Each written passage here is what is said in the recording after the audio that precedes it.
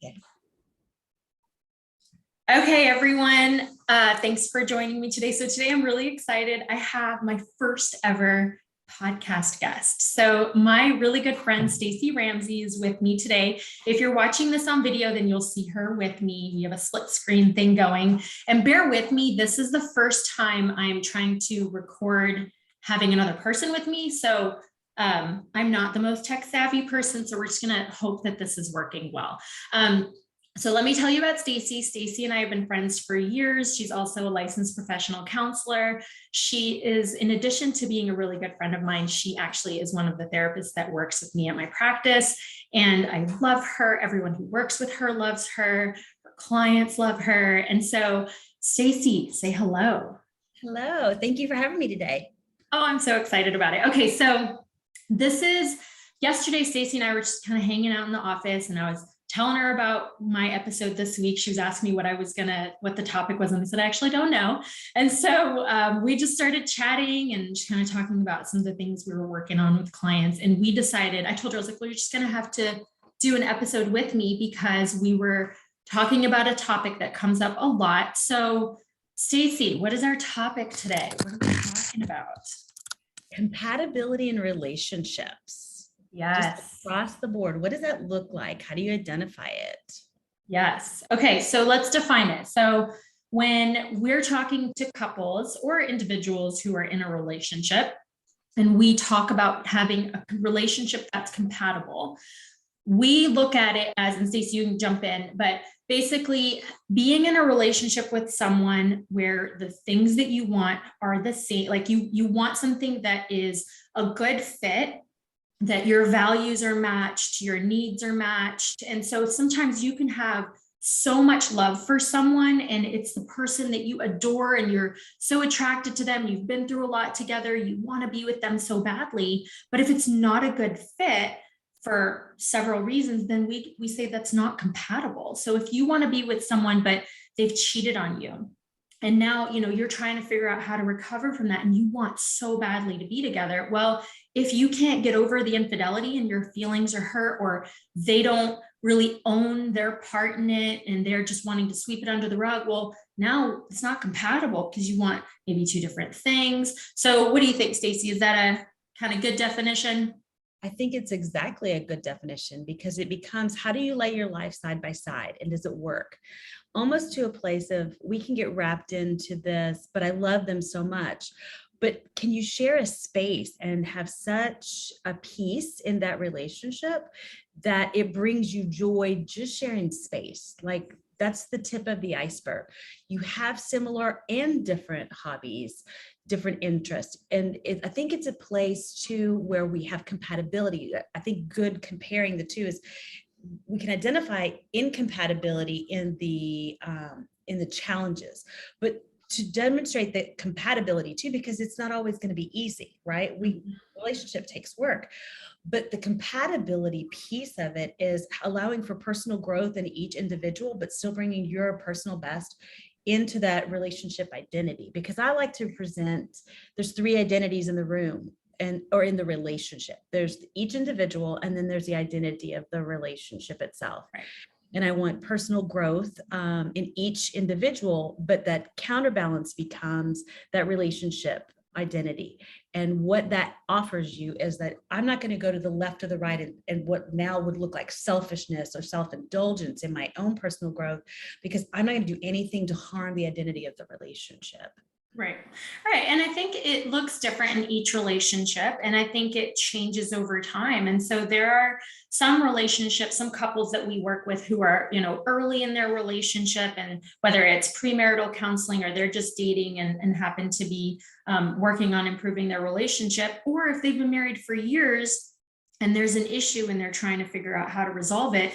Every couple has to look at that and has to address compatibility, because I find, and Stacy, tell me what you think, but a lot of the times when I'm working with couples who have been together for a long time, if they're here in counseling because they're addressing an issue, a lot of the time, or I would say most of the time, we discover that the issue existed before they even got married. and they just either didn't address it, or they didn't realize it was an issue, or just kind of chose to ignore it because they didn't think it was a big deal. And fast forward years later, now they have maybe some kids or a life shared together. Now they're having these issues, these bigger problems. We sit down to try to figure it out. And it turns out this has been the case the whole time. We just didn't do anything about it. Do you find that that's kind of happens with the couples you work with too? I think that's very common. And I think we get stuck in the symptoms of the relationship problem, and we miss out that this is kind of a personal issue for each one of them in their own right. And then putting it together, that's where this incompatibility is coming up, because honestly, they're looking at the outward symptoms and they're focusing on that, and they're not realizing the core driving points of what's really the underneath, what's really underneath all of that hurt, underneath all of that, lack of vulnerability, shame even, and how does all of that represent itself in their lives? So then it's going to pour into and overflow into their relationship. Right. And for some people, it's individual struggles, like you're saying, where they're bringing something into the dynamic of the relationship that is a problem. And for some couples, it's something that happened in the relationship that kind of derailed it, and it just caused a problem. And now they can't get back to a good place because it was maybe part of the foundation of the relationship. And then, so if we're talking also about family backgrounds, right? So a lot of the couples I work with, they are just like, the way they were raised was very, very different, which is fine, except if you aren't willing to shed that, like if you're raised a certain way and you think that's the best way to raise your future family or your current, kids, then you're expecting that your significant other is going to match that. We're going to go to maybe the same church, or have the same beliefs, or have the same political, perspective. Yeah. Or just the way we're going to discipline, the way we're going to treat our kids, the way we're going to talk to our kids.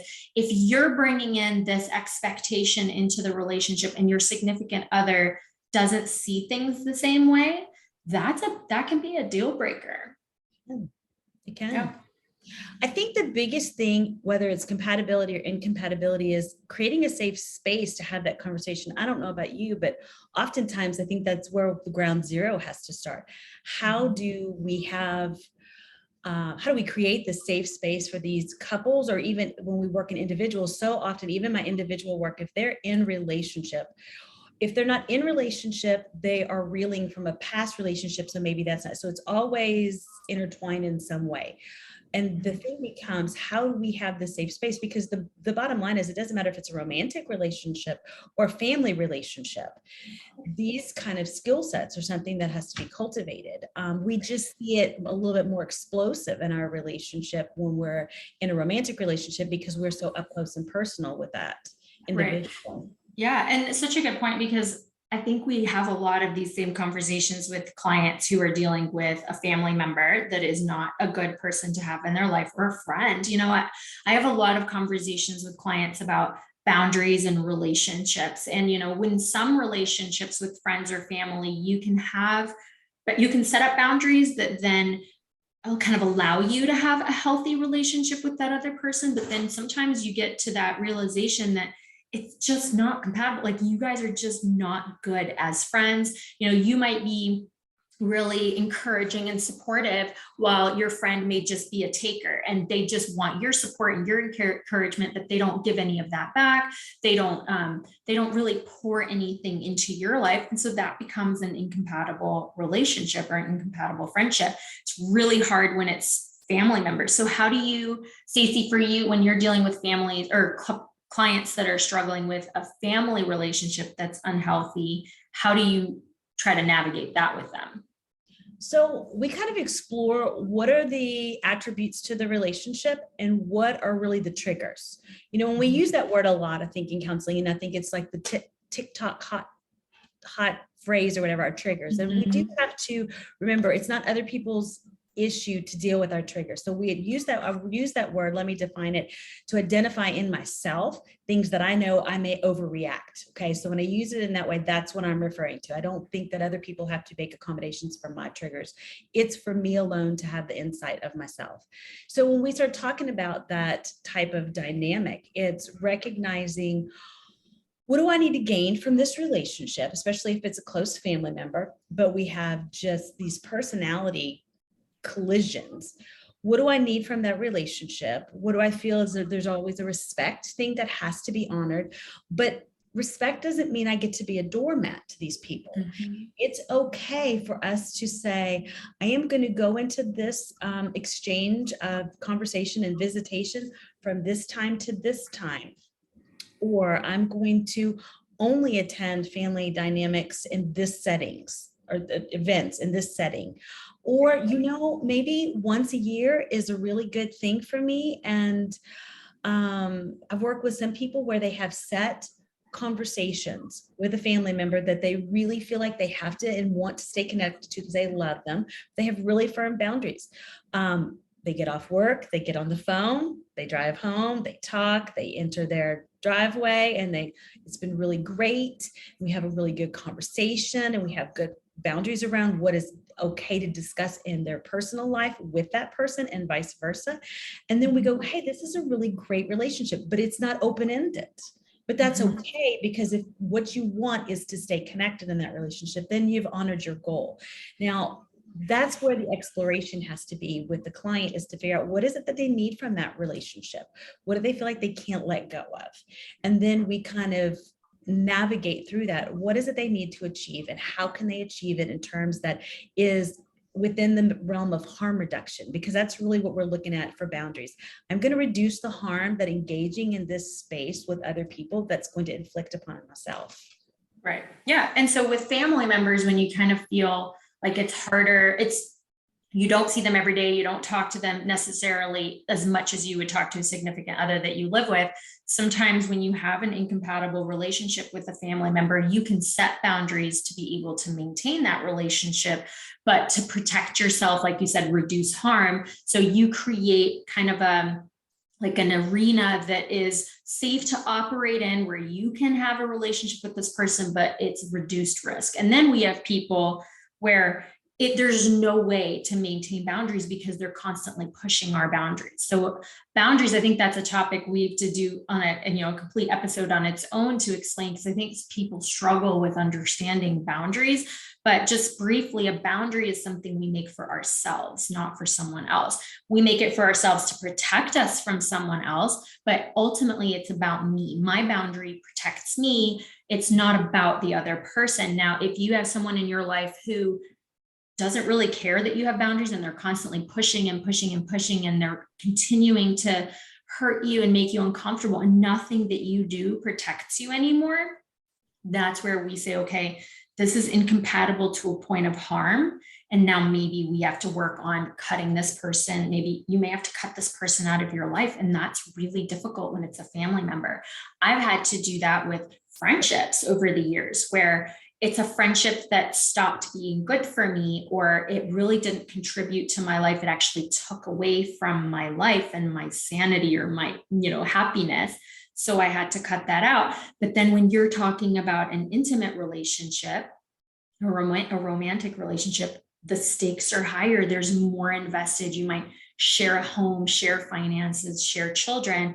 And just the fact that it's an intimate connection means that a larger part of your brain is invested, and it's harder to separate. So, I mean, in my experience, those are the hardest to break, Stacy, where it's a romantic relationship. Do you feel like having to teach individuals in a relationship, or a couple in a relationship, about incompatibility, that's really, really hard? It's really, really hard. And if you can create a framework to make it less emotionally responsive for the client, it's really helpful. And I think that's where I've kind of developed with my background in addictions. I realized that there were the family dynamic, or the spousal dynamic too. If my partner would just stop using, if they would just be sober, then all of our problems would go away. And then what would happen is we'd get them to this place of sobriety, and then all of a sudden they didn't know who they were. and their family member didn't know who they were. So we started creating, what is this identity, right? And digging into core character qualities. And what we did with that piece is create this framework of how to be true to ourselves.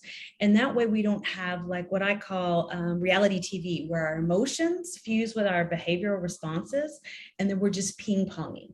So I think it all plays in together. If we know who we are, then we can have personal boundaries and recognizing the value in it for both the other person as well as myself.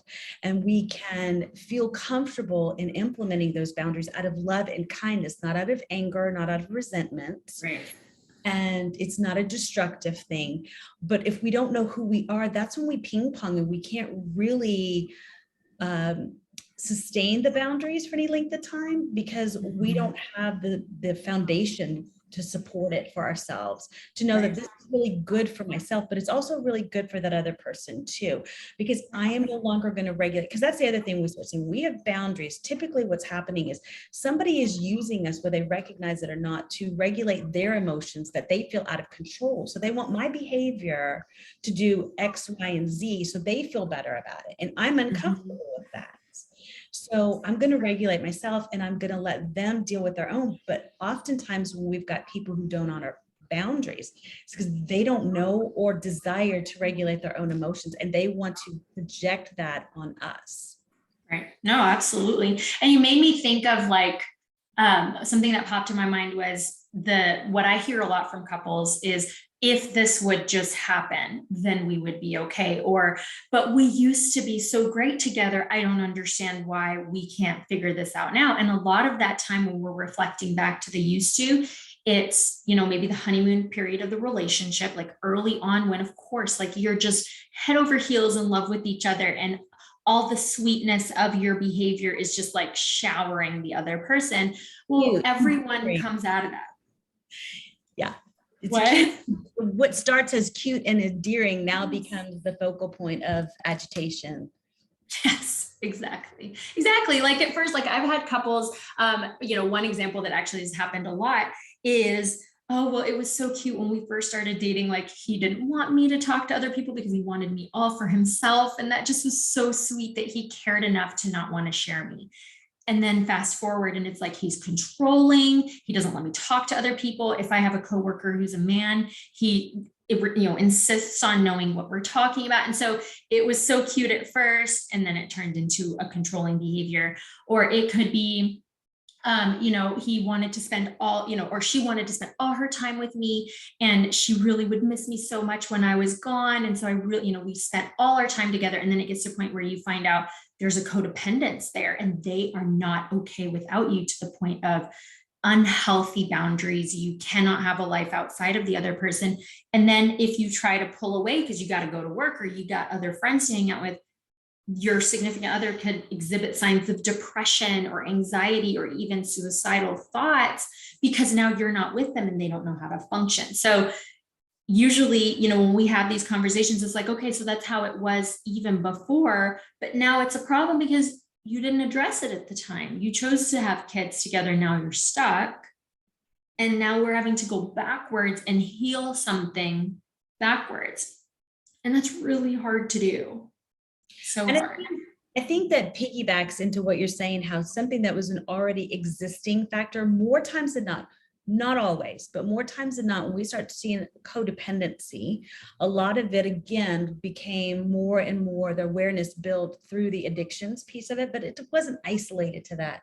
But what we're really looking at is attachments, anxious attachment, avoidant attachment, mixed attachment, all of this understanding. And it's not to where we want to put you in a spot. What am I trying to say? Not trying to categorize you, but give a better understanding. If we have a tendency, because maybe you were a latchkey kid, and of course I'm showing my age now, but maybe you were a latchkey kid and nobody was home when you came home. There was nobody to talk to. And so during that time after school and you were alone till mom and dad or dad came home, there was a high level of anxiety, because remember, during that time too, there were no cell phones, there was no internet. So if you were a latchkey kid, you literally had a phone, but mom or dad, if they were in a traditional job, you weren't allowed to be on the phone. There was no external communication unless it was an emergency.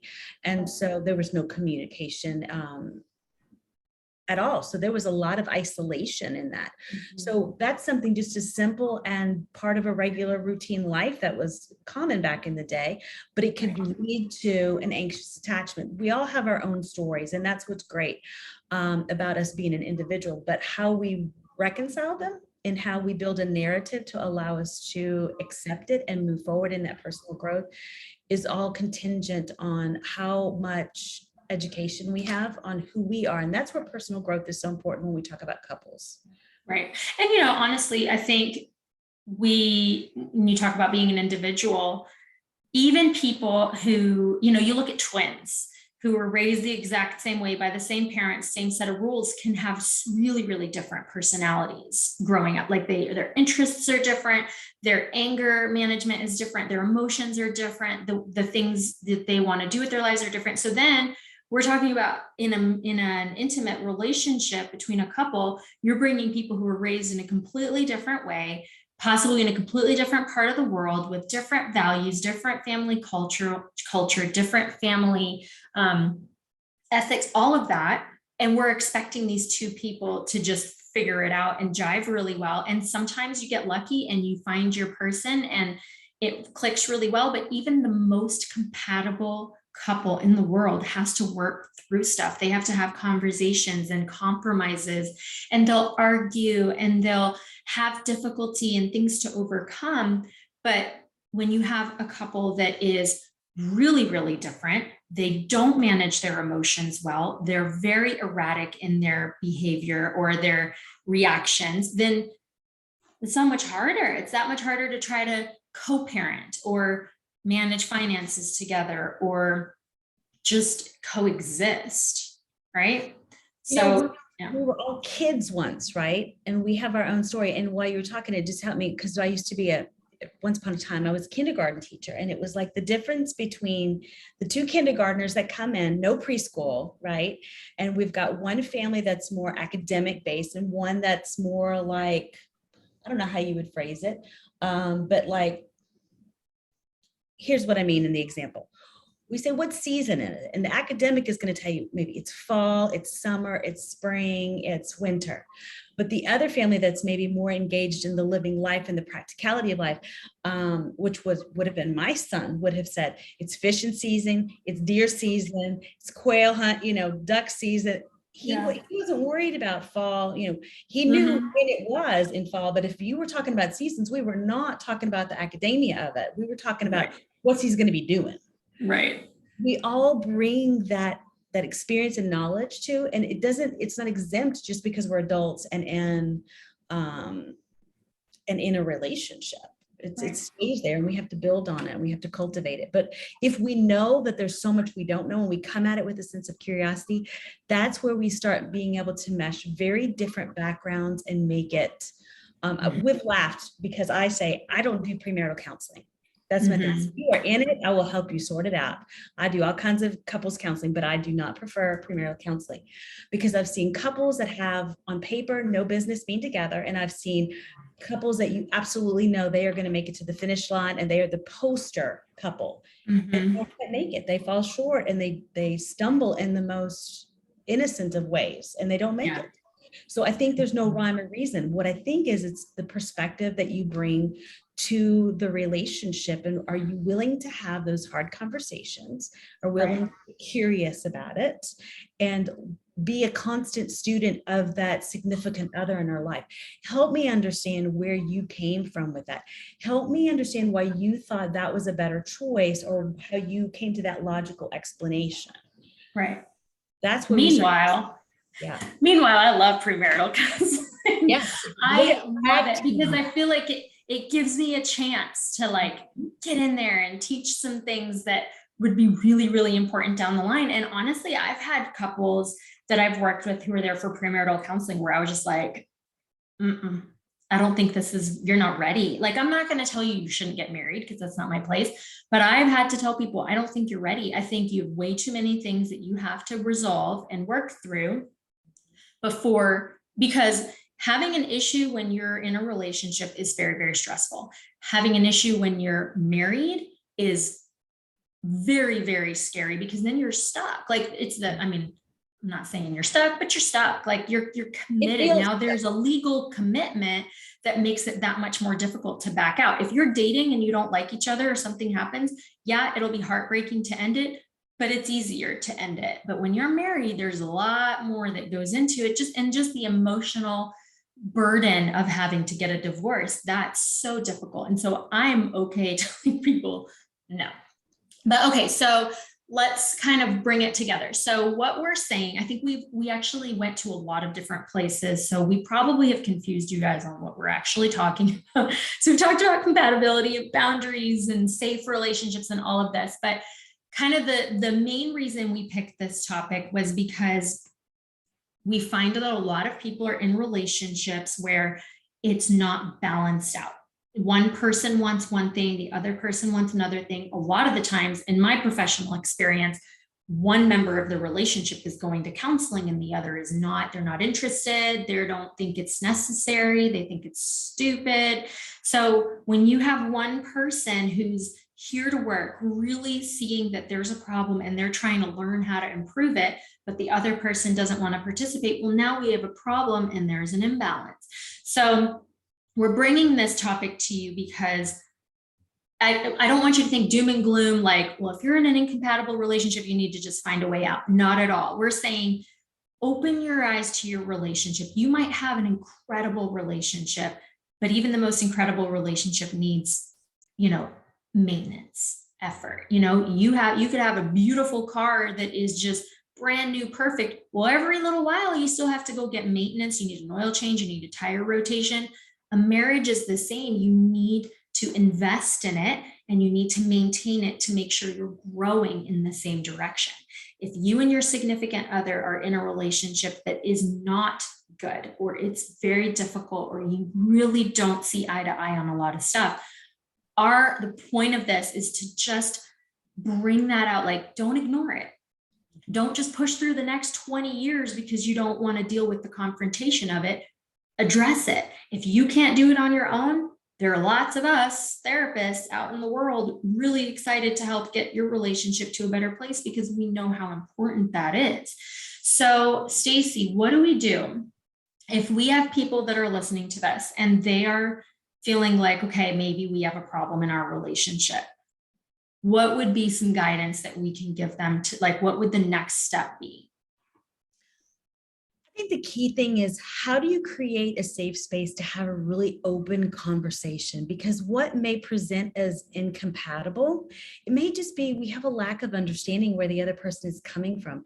How I define what I'm thinking and how my partner may define what they're thinking may be very different. And so if we just put it out on the table and we compare side by side, we may get a lot of clarity just in that. And it's one of those things, if you keep it really simple, it's not easy, but it can be very simple. You just have to have a safe place and be careful with your words. When this happens, I tend to feel this way. Help me understand what's going on with you, so that way you're owning, this is my feelings. I'm not saying you make me feel this way or anything like that. I'm just saying I'm finding in this event, this is where I'm ending up. Help me understand where you are in that event, or am I misunderstanding this event that's occurring between the two of us? Am I making assumptions where I shouldn't? So come at it a sense of curiosity and create a safe space. Those are the two most important things. Yeah, no, I love it. So let's elaborate on it, because I think that I want everyone to know this can be at any stage of your relationship. I mean, I know people who've been married for 30, 40 years who are having to figure out how to be retired and share a home together when they've worked for all this time and haven't had to spend so much time together. It's a new conversation. Hey, I don't love this habit, or when you do this, I struggle because I feel like you're in my space, or I'm upset because I'm used to having more space. Can we talk about it? Or, even with kids, like, hey, when I talk to our kid this way, and then you come in and you do this, I feel like you're, maybe undermining my parenting. Maybe that's not your intention, but that's how I took it. Can we talk about it? Because then what happens if you don't talk about it and you just have these feelings that build up? Well, then you create, it leads to resentment. And when you're at the point of resentment in a relationship, it's very difficult to undo that. And that's so, yeah. That's the destructive piece. I think that's all. You have to have a conversation. Yeah. And maybe we'll do an episode, Stacy, about how, just maybe more specifically about how to have those conversations, because I work with a lot of people who don't know how to bring it up because they don't want, like, let's say you have a period or a season of your relationship that's difficult, you're arguing, you're fighting, but then it calms down, you guys are fine, you're getting along, things seem to be great. And then you come to me and I'm like, hey, so this thing that you're fighting for 2 whole weeks, have you and that person talked about it? They're like, no, I don't want to bring it up now. We're getting along so well. I don't want to, cause a problem. I'm like, this is the best time to bring it up because you're getting along, because defenses are down. You're not going to be really combative. You need to bring it up. And I think a lot of people struggle with knowing, how do I bring this up? How do I say it in a way that doesn't sound like I'm just accusing them or blaming them? So we can work on that more. We can talk about that more. But at the end of the day, if you feel like there's a problem in your relationship and you present that to your significant other, then that is step one. Now, if you're the significant other, my hope for you, my guidance for you is listen. If your significant other's not happy, don't shut it down. You need to listen, or else you're putting yourself in a situation where you may be out of a relationship. So yeah, I don't know, Stacy, go. I just feel like it's one of those things that when we're looking at those kind of things, it's important to see, what is your part in this? Yes, there are things that your significant other doing that could be harmful, hurtful, but remember, you have a choice to engage in that. You have a choice in how you accept it and perceive it, right? What do I have control over? What do I have the courage to change? And what do I have to learn to accept? So there's certain things in that you have to accept. But that piece is, if we come at it with a sense of curiosity, we have the opportunity to better understand our partner, so that even if it's not an acceptable response, but if you understand where they're coming from and it makes more sense, it allows you to come up with languages like, look, I love how we are right now. I love the place that we are. I don't want to ever go back to where we were a few weeks ago. Help me understand where we got off track so that I am super aware to not wander back in that place that had such a reaction for you. I don't want to be the cause of such harm and destruction and unhappiness. Help me understand what my part was. Help me understand where you were in all this, so that we can just kind of safeguard our relationship. Beautiful. Love it. Way to wrap us up. Okay, Stacy, tell us, well, first of all, if you are in the state of Texas and would like to schedule an appointment with our Stacy Ramsey, you should go to our website at www.buildingharmonycounseling.com. Stacy is an amazing therapist. And Stacy, what ages do you work with? Ages what and up? 14 and up.